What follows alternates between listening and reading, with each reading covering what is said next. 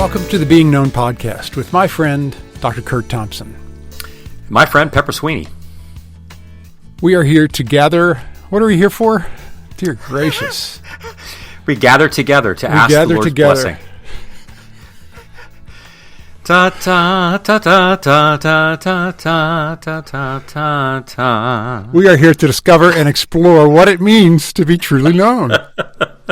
And I'm afraid that I'm revealing more of what it means for me Yes. to be known by the most beautiful listeners in the world. Oh, yes. Gracious. The most beautiful listeners in the world. We're so grateful that you all are here with us and on this journey of rupture and repair with us this season.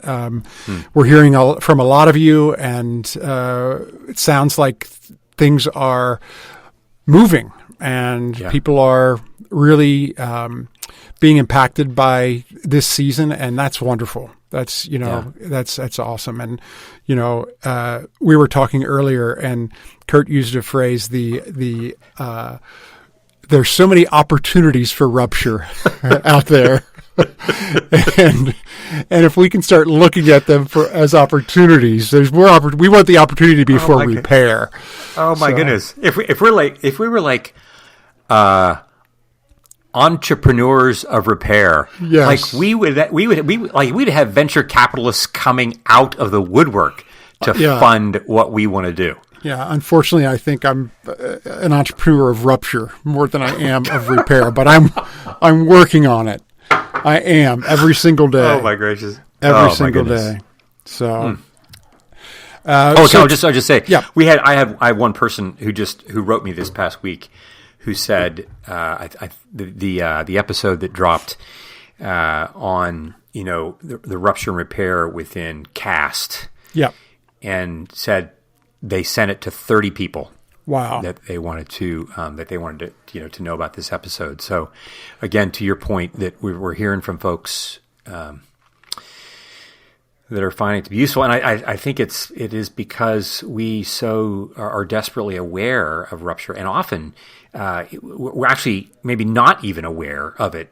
It's so commonplace. We're just so used to it, right?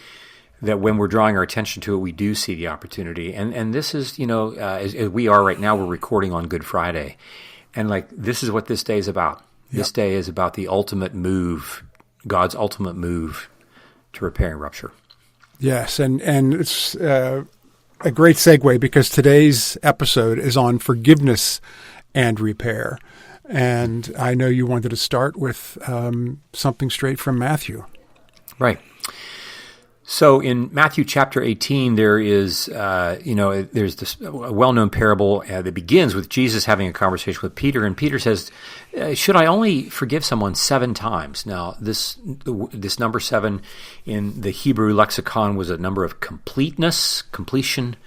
If I've forgiven someone 7 times, then I think I'm done. I don't have to do that anymore. 7 times, and then I get to go, and then I get to hold my grudge like I really want to. Exactly. That's what I'm really looking for. And so it begins with that, but then Jesus goes on to tell a parable about a wealthy person who had 2 people who owed him money. And one owed him a great deal and one owed him a little bit, and he forgave the person who owed him a great deal. But then there was that person went on who had somebody else who owed him, and he didn't. He owed him very little, and so but the person that the rich man forgave, that person did not forgive the person downstream to him, but that person went back around to the rich man and complained. And the rich man comes back and says to the person that he forgave, "This is not going to work." And the consequences for this were severe. And then Jesus says this very interesting thing, that if you do not forgive those who wound you, your Father in heaven will not forgive you. And you're like, wait a minute, really? Is that the economy of the gospel? So that's one story that we hear. That's Matthew chapter 18, verses 21 to 35. And we'll get to this in 21 and 22, where Peter says, 7 times, and Jesus says, no, 70 times 7. And then we're also referencing, we'll come back and circle back around to this, referencing in the Sermon on the Mount, Matthew chapter 5, verses 43 to 48, where Jesus talks about this notion of what does it mean for us to pray for our enemies, right? What is it? Because praying for enemies is part of this process of becoming, of doing the act of forgiveness. But both of these passages really lead to what I want our listeners this morning to imagine, that the role of forgiveness in the work of repair is significant, in that we are not merely being asked by God to do a thing, to forgive people. But what God is trying to do is trying to help us become something. That we are becoming living, breathing, pulsating forgiveness. Before I go any further, I just want to highlight a resource for our listeners. There is an author. His name is Everett Worthington. He's also he did his work in engineering and physics before he went on then to become a clinical psychologist and do work. And nobody's done more research in the field of forgiveness than this man has. He's a believer. He works at Virginia Commonwealth, and he has the standard book for the public is a book called Forgiving and Reconciling. So I want to highlight that. And then he has a forgiveness resource packet called REACH Forgiveness Resources, which we'll get to. REACH is an acronym for something that we'll talk about. But so we'll come back to Worthington's work in just a moment. But before we do that, I just want to quickly remind us and remember that what forgiveness actually looks like. Before we even get to the Bible, what does it look like just from a clinical standpoint? Because there's been a lot of research done by people who aren't including the whole notion of what does Jesus say about this. And from the standpoint of interpersonal neurobiology, we would say that to forgive is the act of no longer holding responsible the offending party. So I'm no longer going to hold the offending party responsible for my story's well-being. I'm not going to hold my enemy responsible for how I'm doing. Now, that I find, we have found this to be a really helpful, succinct description of what forgiveness amounts to. Now, we're going to walk through some things about, how do we get there, some of the details. But one of the things that we also want to recognize is that the need to do this, to become something that we become, is a function of explicit, determined efforts to do so. Meaning that to forgive, to seriously forgive, it requires work, it requires intentionality. It is not like breathing. It is not natural for me to forgive the things that are really hard to forgive. And so that this is difficult for us is not because, again, we're weak or stupid or just, obstinate. It's difficult because this is hard to do. And so in getting at this, we would say, again, from an interpersonal neurobiological perspective, we begin with a rupture. Any kind of rupture of any degree of consequence. And so it could be a large rupture, a small rupture. And then we have some sense of disconnection. We have some sense of rupture. And then what we can see is that this affects all the domains of integration that we talk about. So it talks about, the first thing that it affects is my conscious domain. Like we start to notice that when I move to forgiveness, I start to pay attention to what I'm actually paying attention to. I start to discover, oh my goodness, I'm paying attention to some things that are primarily about the way I've been hurt. That often happens. Like, oh, so my attentional mechanism is involved when I'm having a hard time beginning to forgive. My body gets involved. That's the vertical domain. My horizontal domain is involved, like the images and feelings that I have about this. My memory is involved. We often talk about how something happened to me when I was 12. But most of what has been happening to me in the ensuing 30 or 40 years is what I have been doing in the privacy of my own mind in response to what happened to me when I was 12. So my memory's involved, my narrative state, the story that I'm telling about me and the offending party, my states get involved.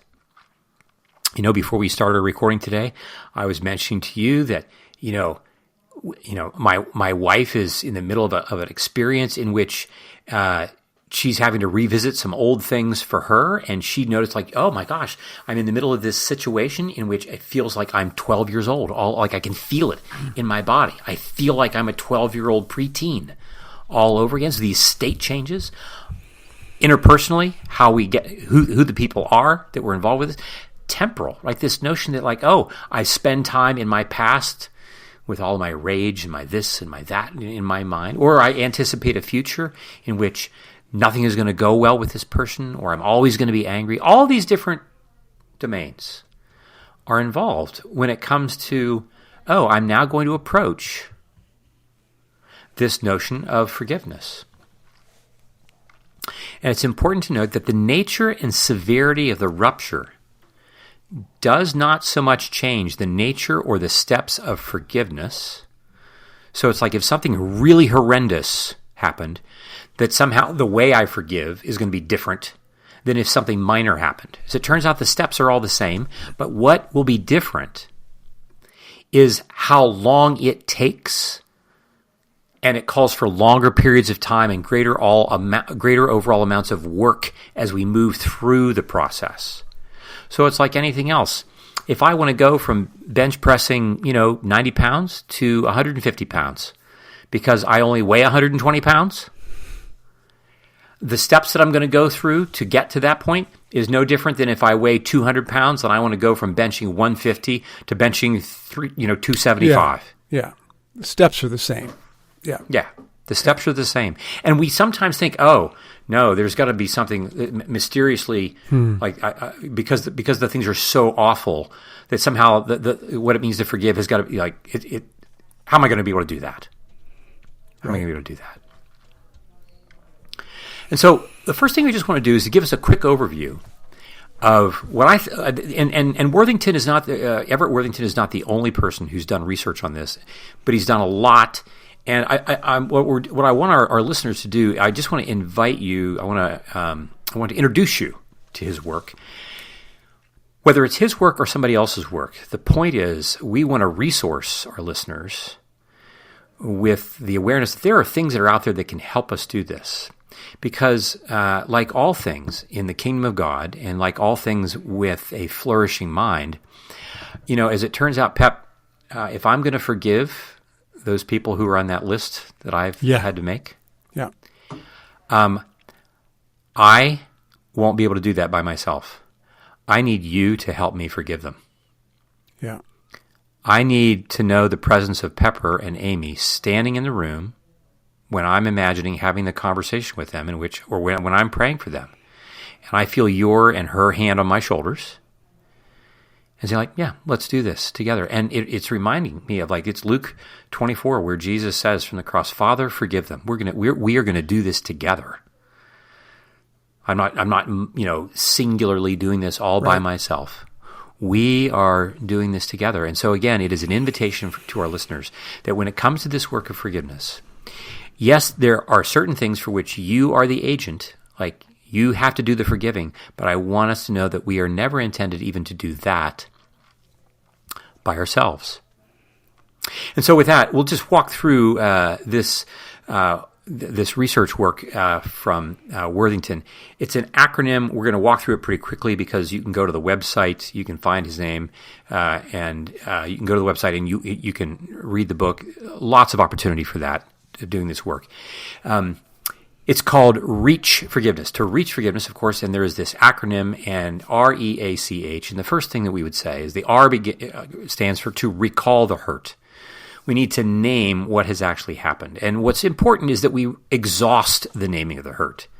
We want to be able to say, "This, I felt hurt, I felt angry, I'm going to name the details of what actually happened to me." And this is what I'm not just naming it. I might want to journal this and write this down, but what's really important is that I eventually, all these things, I'm doing this in community. I want to share this with somebody else. Because I also need, while I exhaust the naming of the hurt, and this, folks, sometimes this isn't a thing that I just do in 5 minutes and then I'm done. Like, if I scrape my knee really badly, or if I cut my hand really badly, I'm going to see that cut for a while. Yeah. I'm going to be naming that hurt over and over and over again. But I have to resist the attempt of shame to join the conversation. It is easy for me to be angry with somebody and in the same breath be like heaping shame and contempt upon them. And we can start to sense that felt sense within us. Like I can sense when I've moved from just being angry to being like, I want to find myself in a position where I can publicly say something that will just eviscerate you. And I want, I mean, this is me. This is what I would be tempted to do. Yeah. And I need someone else to be present with me, to be curious with me, to help shepherd that process. Mm-hmm. So I need to be able to name all the things: disappointment, sadness, grief, loss, anger, and so forth, and be aware of where shame wants to then kind of try to hijack the conversation. And so I'm recalling this hurt. To recall the hurt, I'm recalling it to another empathic party. I'm not just making a list in the privacy of my own mind or in my journal. And we remember that empathy has its limits. We've said this in here before, that we're not looking for someone who just becomes an echo chamber for me, who says, that's right, that person is an awful scumbag. They're horrible people. We're not looking for that, because this is not actually, the act of forgiveness is not primarily about the other person. It is primarily about what's happening within us, which we'll get to in just a moment. So we're recalling the hurt, exhausting that recollection, but also to another empathic party who can help set limits on shame for us. So that's the R. E, we want to empathize with the offending party. At some point, we want to imagine what happened to them that contributed to their behavior. And we can't rush this. We don't, we can't. I mean, sometimes, as we'll talk about, we can too quickly get to, I understand that and I don't fully name all of the hurt within me. So we want to empathize with them. I want to imagine what happened, and I want to attune to how they do not know what they're doing. This is Jesus from the cross. Forgive them, for they do not know what they are doing. That's the second step. The third step, I love how he talks about this, because Worthington, he's a believer, but he's writing for everybody, for even people who are not people of faith. And so he says, an altruistic gift, REA, an altruistic gift. This generosity, this is where Matthew 5 comes in, this notion of, hey, if the Roman soldier asks you to take his bags 1 mile, take them 2. It is an act of forgiveness. Because what we are actually doing is that we are giving the gift of forgiveness to the offending party, but for our benefit. And so to be generous, to give the gift to forgive, is a generous gift to the other. Now here's the interesting thing. When we do this, we reduce anxiety in our own experience. We reduce resentment. We reduce contempt, which means we reduce the production of stress hormone activity in our own bodies. And notice that when we recall the hurt, when we've done all this, we're not denying things. We're not burying things. We're not pretending things didn't happen. All of this is a process in which we are actually bringing our own state into greater places of integration. And so it's a generous act, as in Matthew 5, in which we reduce anxiety, resentment, contempt, leading to reduced stress hormone activity.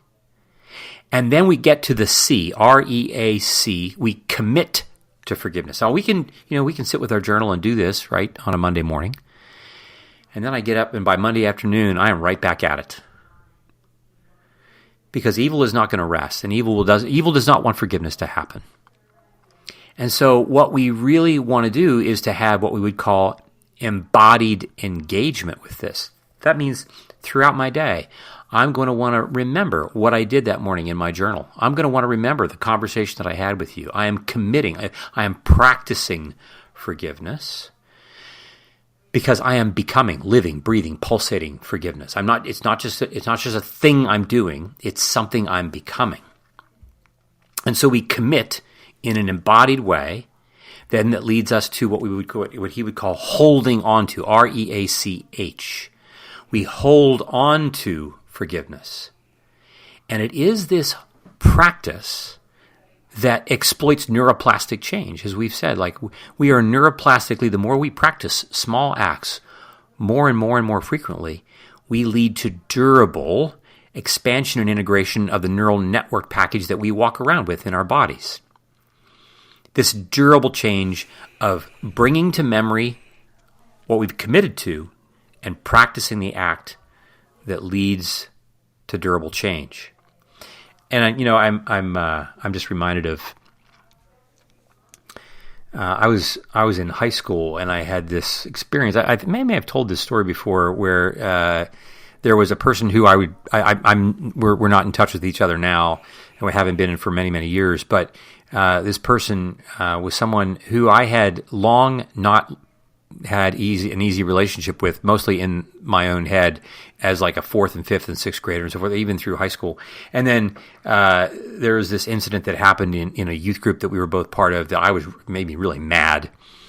And we were at this retreat where I talked to the main speaker and said, "There's this other guy who's here," and he said, "Oh, I think you should talk to him about this. Let's have a conversation." I'm like 15 years old. I'm like 16 years old. Like, what do you mean?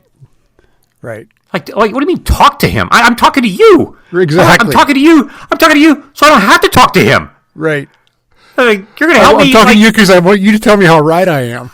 That's right. Yeah. Tell me how right I am, and then you go talk to him. Tell him how wrong he is. That's right.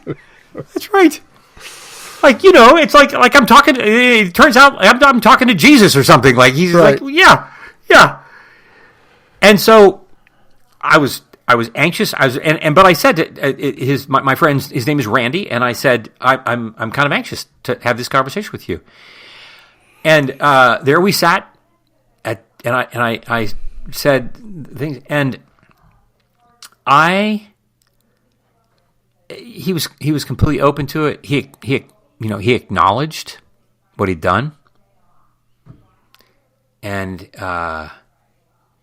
dude, I will tell you that from that moment forward, our relationship was categorically different. Even into adulthood.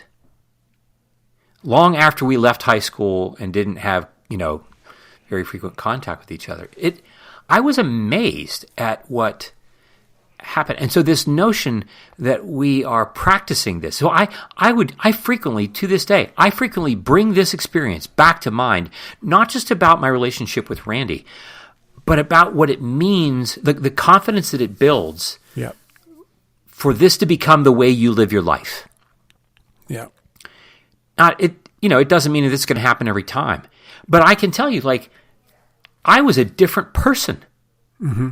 I felt the relief that I felt, the sense of confidence in our relationship, the sense of confidence in the process of naming things, right? I didn't know it when I was in high school, but like we're repairing rupture, and we create durability because of that work of me having to forgive him, at the behest of Jesus, who was impersonating a youth worker at the time. Right. Yeah. And so some things to think about here as we are reminded of this REACH acronym. The first thing is that forgiveness can be a process that takes up long periods of time. It's not usually done in a moment. It cannot and should not be rushed, but it cannot be put off or ignored. I myself, like, I walk around sometimes, I know I should forgive them, but I just put it off. I put it off. And in putting it off, I increase the stress hormones that are being produced within me when I put it off.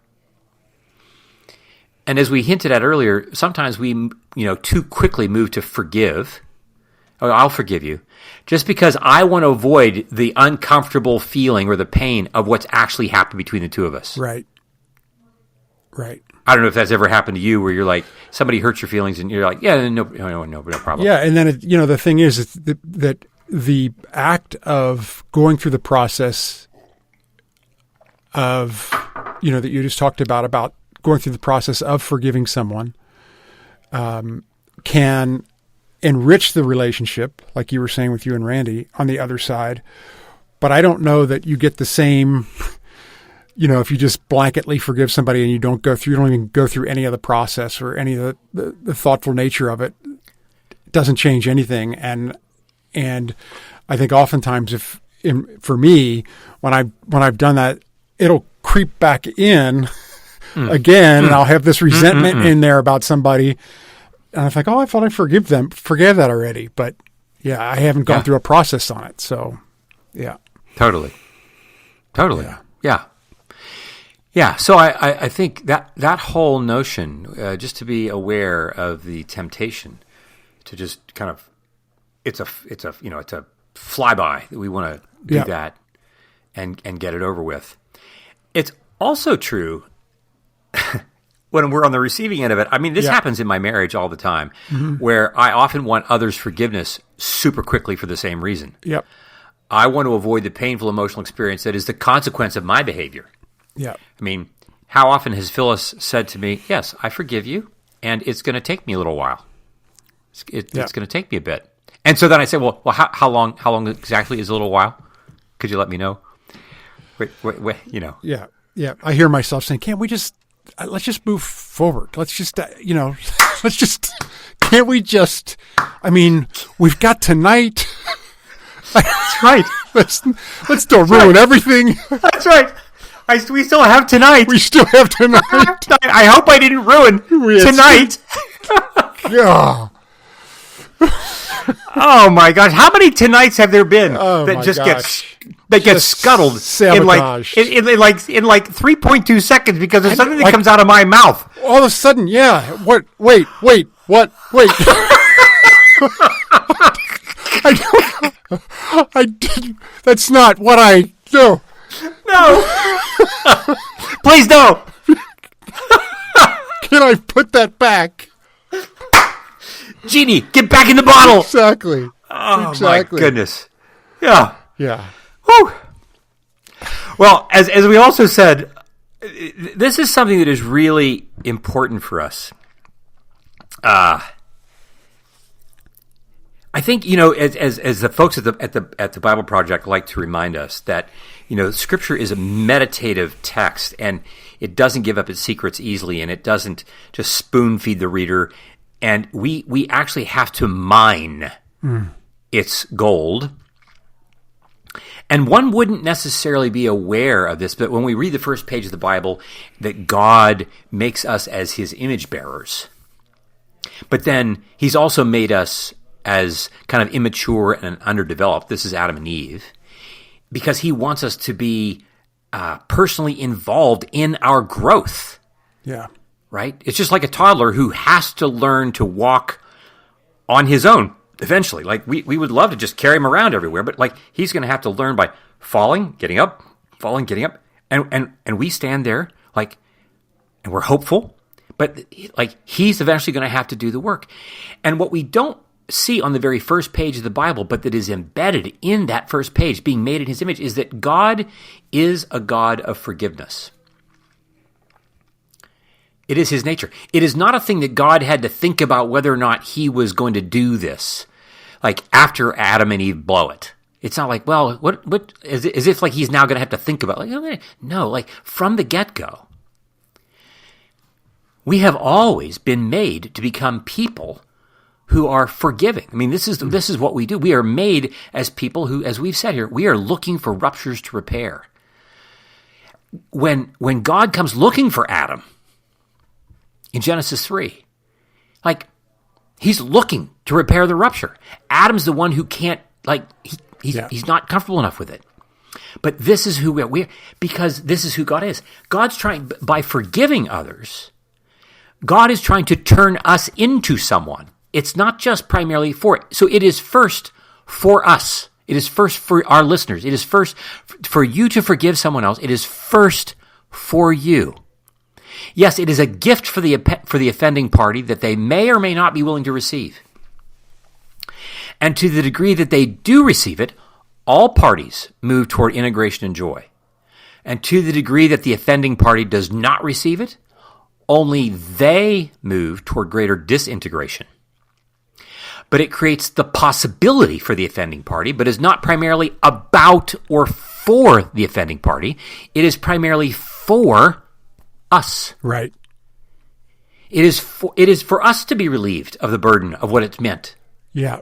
I mean, how often have I held a grudge against people that don't even remember the problem. Don't remember that there was a rupture, right? Like I'm, why am I holding on to that and causing myself this angst and, that, and they didn't even know. They didn't even have any recollection of it anymore.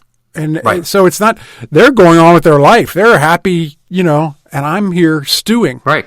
Which pisses me off even more. Exactly. How dare you? It only adds to my resentment that I'm enjoying so much. So much, yes. Yeah. So we do say that, so forgiveness is first for us, but before that, as we said, this is first actually from God. Mm-hmm. And we are to forgive because we've been generously given to. We only give to the degree that we sense how generously we've been given. And we're only able to forgive to the degree that we are aware of the degree to which we have been forgiven. Now, we have to be careful here because we can say, you need to know how much you've been forgiven. And so since you've been forgiven so much, you need to forgive others. We can read it in that spirit. And that's not what it is. It's this notion of, I just know that when I'm holding something, when I'm holding the grudge, when I've got my list of resentments and the people I need to forgive, but I'm not really sure I really want to,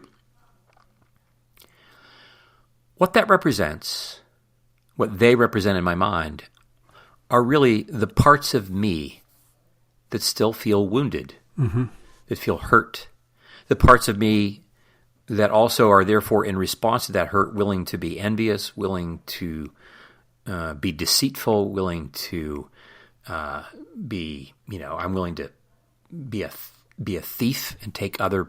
I'm willing to be adulterous. I'm willing to be murderous. I'm thinking, in the reverse of the Ten Commandments. All these things that are happening, and if all these wounds that are taking place within me, and the parts of me that I hate the most,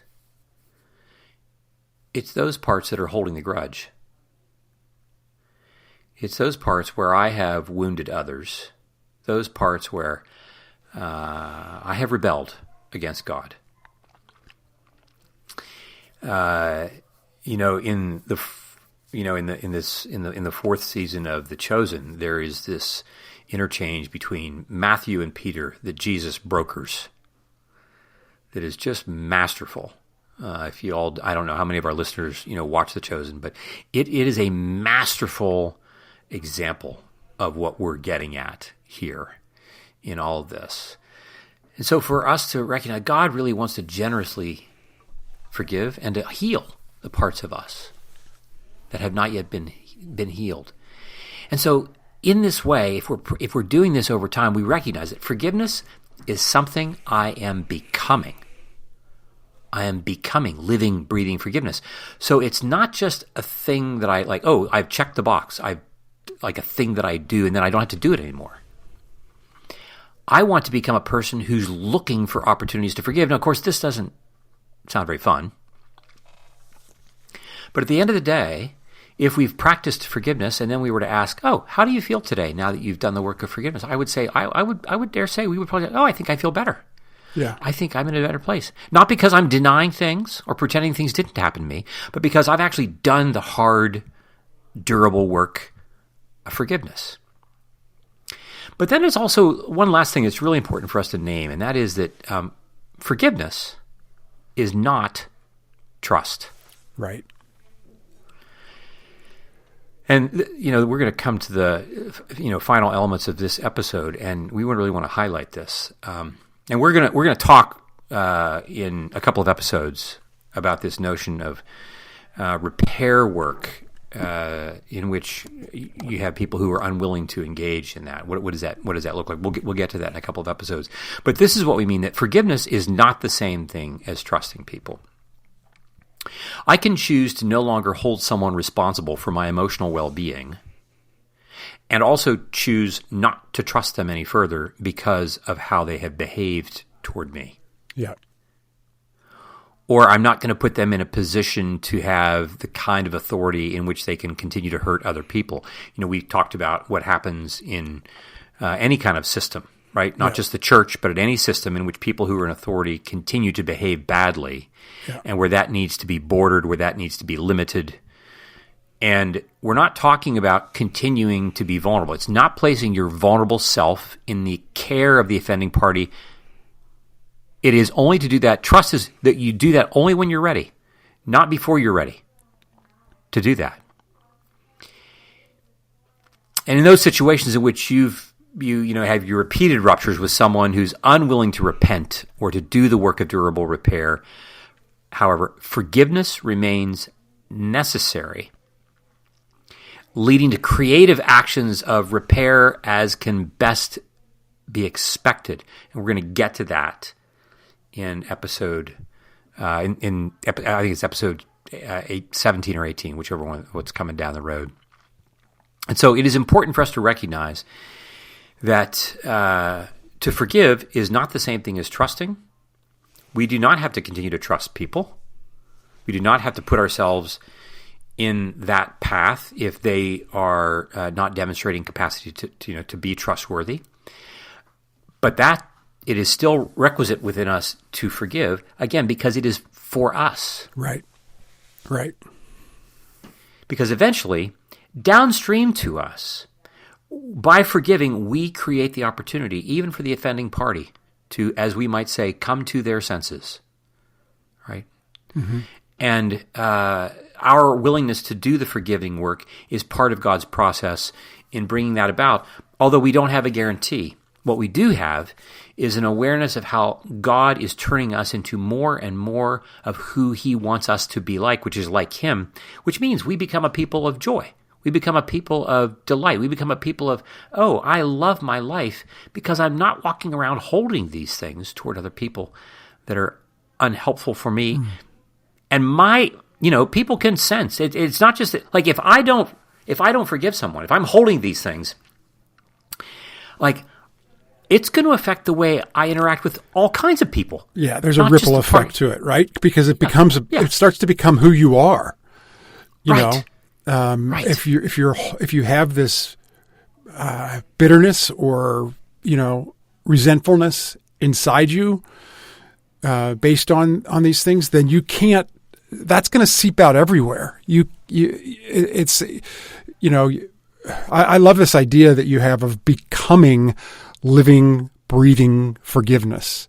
Mm-hmm. Because, and if you think about it, juxtaposed to that is becoming anxious, resentful, bitter, right? I mean, it's, yes.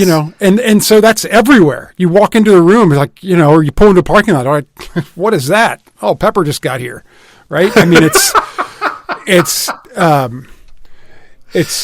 hard work, but this idea of becoming living, breathing forgiveness is beautiful. Yeah. Which brings me to an application that we have for us this week.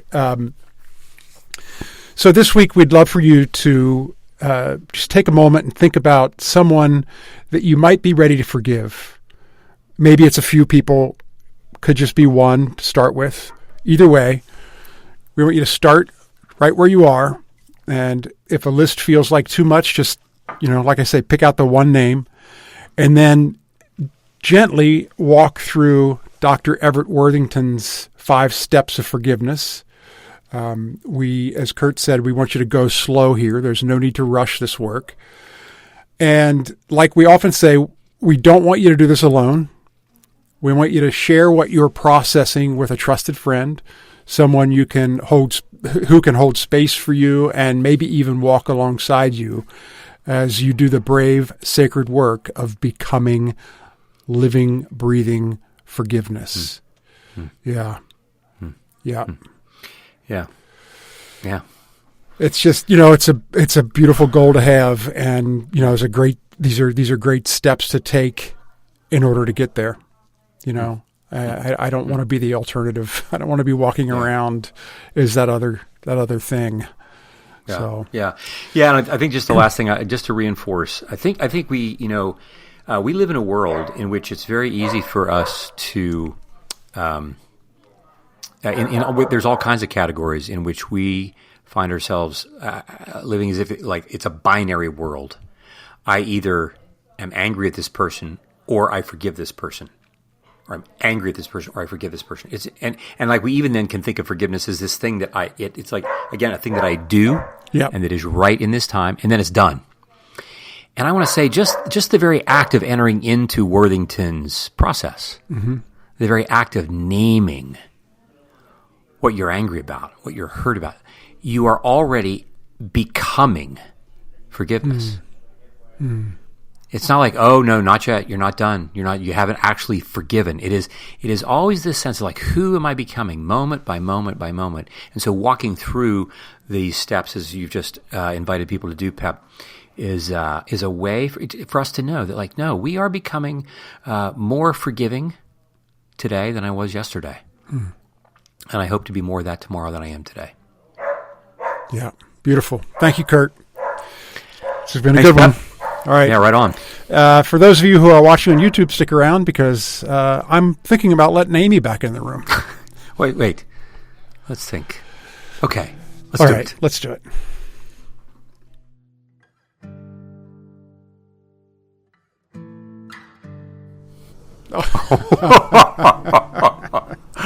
That's all I have. Okay, but that's a pretty well played card. Yeah. Is it? Yeah, that works. Yeah. That's all I've got in my. Okay, this post show could be a half an hour long. It's not going to be. I want to talk about Randy, and I want to talk about Phyllis. And the good news to our most beautiful listeners who have expressed to me, like 3 of them, like, okay, these opportunities for repair are amazing, but could we do a season on like different opportunities? Which makes me think today we've introduced forgiveness and that it is slow work. So it's not going to be quick. But so the 9 domains of integration, and I thought of Phyllis, you mentioned she was thinking, I feel like I'm 12 years old. And even with exhausting, like I loved the exhaust the name of the hurt. There's no rush in that. And so it's like we can settle into, okay, the 9 domains, noticing what's coming up. If I feel 12, what's going on there? And that's all important. And that's going to get us to forgiveness, but we have to spend that time. Right. And just to highlight that, like you can be in the middle of forgiveness, and then years later something can come up, like what's happening for Phyllis. Something can come up that reactivates this stuff, and people are tempted to think, I thought I forgave that person. Right. I thought I was done. I thought I did that. Again, as if forgiveness. This is Peter's conversation with Jesus, in which Jesus is like, no, it's not about 7 times. The hyperbole, right? It's 7 times 70, right? The hyperbole here in Jesus' words is like, it's not about checking a box. It's not about getting something done. Right. It is about who are you becoming? And forgiveness will be a lifelong thing for me. Now, with Randy, it was not so, because he actually was able to say, like, yeah, I really screwed this up. Right. Really. Right. But there are people for him, like, even if they know about it, like, they don't think they've done anything wrong. Right. Well, and like with Randy, I thought, okay, all of us, our beautiful listeners, we have varying degrees of anticipation of repair. Right. And so like Randy helped build a little different anticipation. Right. And so we experience this. We have this community, us, where we can venture out and try to repair, try to forgive with the strength of our community. And then we do it, and then we have a little bit that it's like, okay, the whatever this is goes a little bit more. Resilience, which we'll talk about. Right. And and our anticipation, like to get to a point where, because I have friends that can talk, it seems like it's quite easy to bring up things like, oh, I want to talk about this, and with such ease.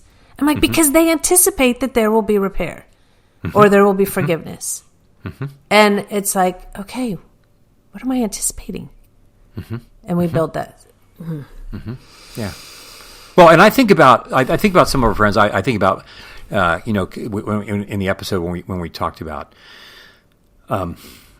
cast And I think about my African American, Asian American friends, Hispanic American friends too, which where I live in Northern Virginia, and the way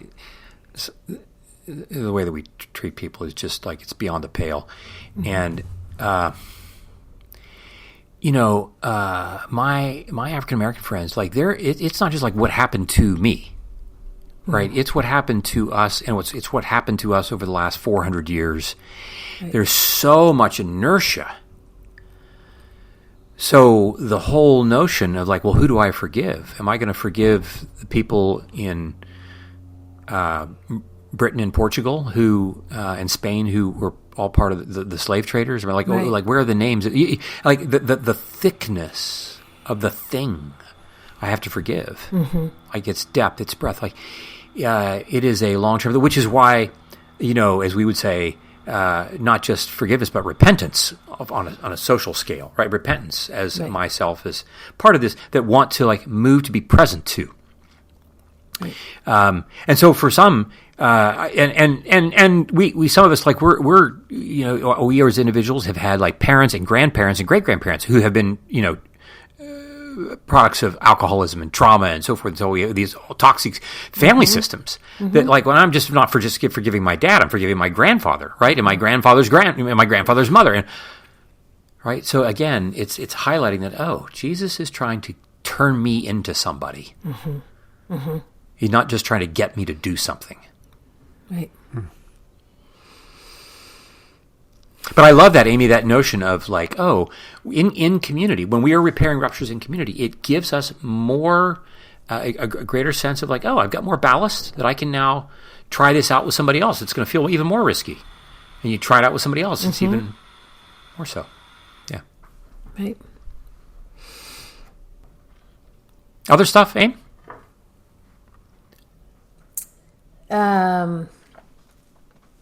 No, I think that and I said it with Randy, is that this building of like, well, you say Kurt, but this building of shifting my anticipation and even going into repair work now, I am more focused on this can be repaired and it certainly I can do the work that I can do.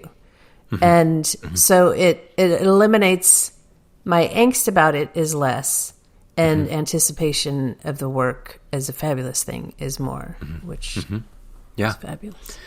Yeah.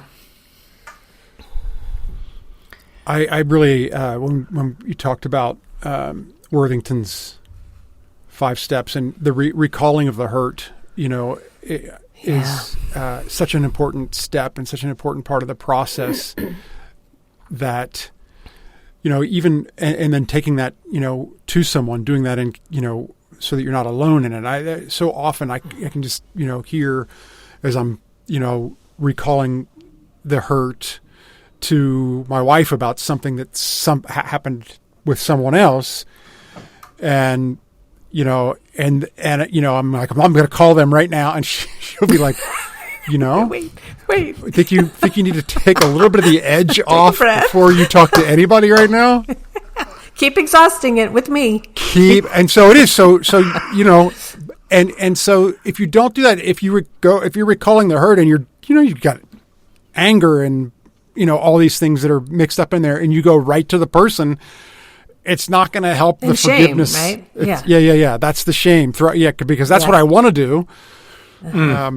But so yeah, and so it's also like having that as a list. It also feels like it's okay to feel those things, absolutely, and get them out, and be in a place where I'm getting them out, where it's a safe spot, and it's not, it's venting, it's letting some of the air out of the balloon, and so that, and it's not only okay, it's imperative. Like if we don't do that work, then we're going to show up with all kinds of stuff. Right. There's a reason why it's step one. Yeah. Right. Yeah. I mean, this metaphor suddenly coming into my head, it's kind of like, oh my gosh, like I am in such distress. And the surgeon says, well, let's look at how many shrapnel pieces do you have inside your chest cavity? And you take them and you put them on the table, and you're like, oh, now I can do something with these things. I can decide to do something on purpose. And again, highlighting what we've been talking about, this notion of like, I'm not just going to look at them by myself. like the three of us, for instance, will look at them. And then I ultimately have to be the one who makes the decision, but I make that decision with the two of you in my mind, with the two of you in on the process of how I'm doing that. And so we can make decisions explicitly and intentionally, as opposed to that shrapnel being within me and it's doing its work apart from my awareness, perhaps, of what's even going on and so forth. Right. Because this would be equivalent to all the stress hormones that I tend to accumulate as I hold on to the things that I'm holding on to without moving into a process of forgiveness. Well, and to keep the metaphor of shrapnel, which is not super fun, but to keep with that one, like if you show up to the person that you're trying to forgive with all the shrapnel in you, then you are so full of pain and all the things, and then it doesn't usually. I would imagine it doesn't go swimmingly. It's like Pep, you're when you're talking to Nell and you're like, she's like, no, I think you need to see the surgeon first. Like first see the surgeon because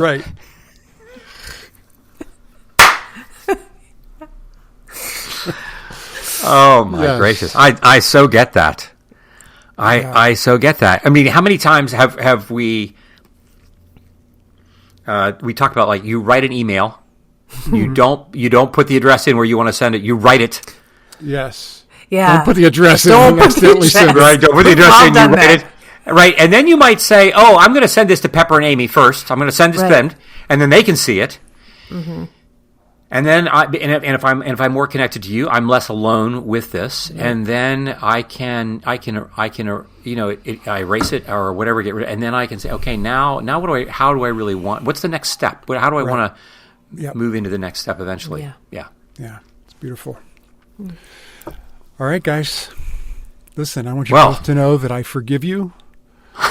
Do you? No, I don't. I have to do the work. I'm going to go rage to my wife first about both of you. You've done step one. She'll help temper my anger and rage, and then I'll come back to you next week. Okay, and I'll let you know. Okay. Yeah, we'll both be here. Yes, you'll let us know how awful our behavior has been. I will, but you can do it with loving kindness. Of course, yeah. You won't even trying to help us. I'm so good with my stiletto. You won't even feel the blade. All right, love you guys. Love you too. Bye.